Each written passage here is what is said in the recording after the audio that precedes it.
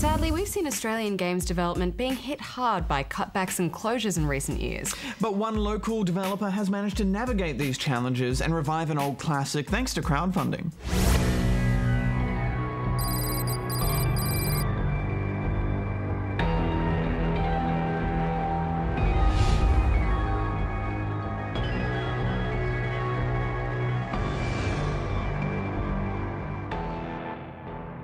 Satellite Rain is a game that the five of us are working on at the moment. We've all recently left Sega Studios Australia as that shut down in Brisbane. It's a futuristic, cyberpunk, dystopian, fully simulated city. And it's based on a game I made about 20 years ago at Bullfrog, which was Syndicate Wars. Selected. And it's classed as a spiritual successor to that original game. Cultists on scanner complete. We actually came together on the back of a shared love of Syndicate, if you like, in that I made the game and these guys were all like passionate players of the game. So we've actually got an animator, an environment artist, character artist, myself as a programmer, and then we have Chris, who's sort of a jack of all trades. He can animate, level design, program, so we've got all our bases covered for each of the disciplines. Because I'm the only animator on the team and we're trying to create an entire simulated city, something that really stood out to me was it's much cheaper and easier these days to do motion capture. What people think of when they think of motion capture is the black spandex suit with ping pong balls all stuck to it.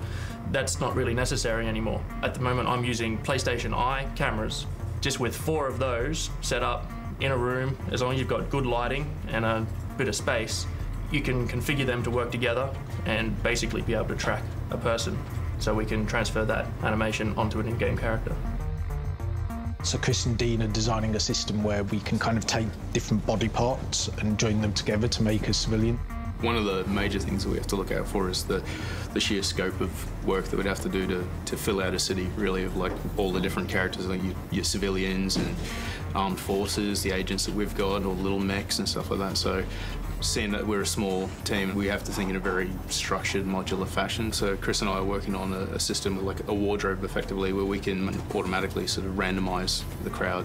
I can sort of define key groups that I want, like a punk or a vendor who's selling you some like ramen or something like that.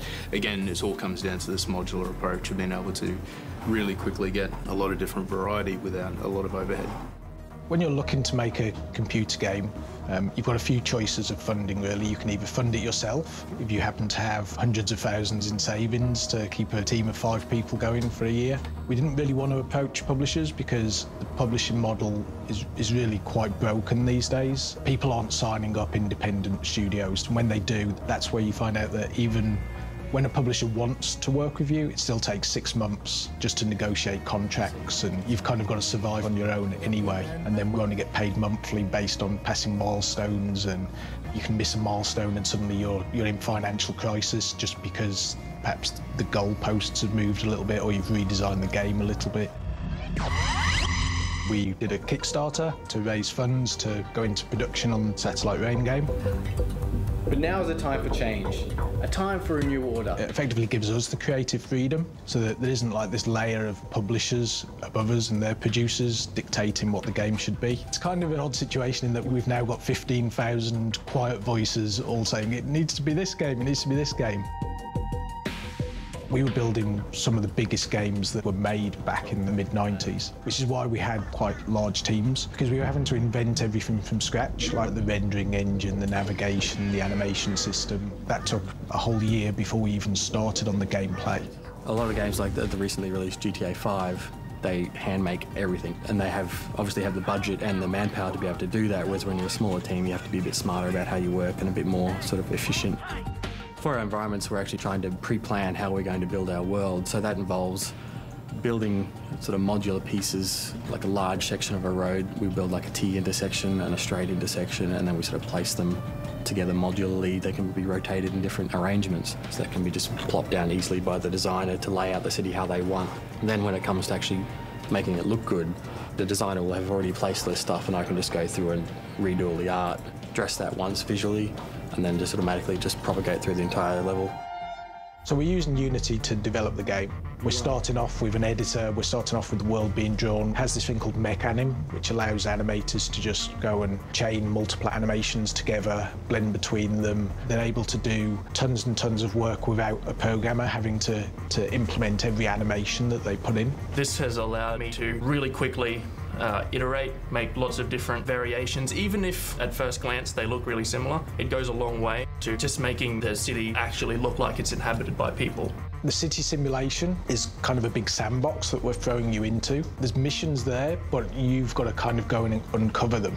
In a traditional game, you might be given a mission to go break someone out of a prison. In our game, what we're doing is we're making it so that the prison's there, there's a person in there who could be helpful to you. Maybe there's a scientist locked up there who has some R&D tech gadget that you could use. So the player will decide under their own volition that it's a good idea to go and rescue that scientist from the prison. I'm really excited about how that interweaves with the simulation of the city. So everyone's simulated. There's no kind of scripting of make this person shoot back when I enter this region. They'll purely be reacting to the stimulus of what's going on around them. Whether a gunshot is fired, that will make them run away, or they might think, I'm going to go and fight back. We hope to be as surprised by what they do as the player. That's probably the most exciting part for me.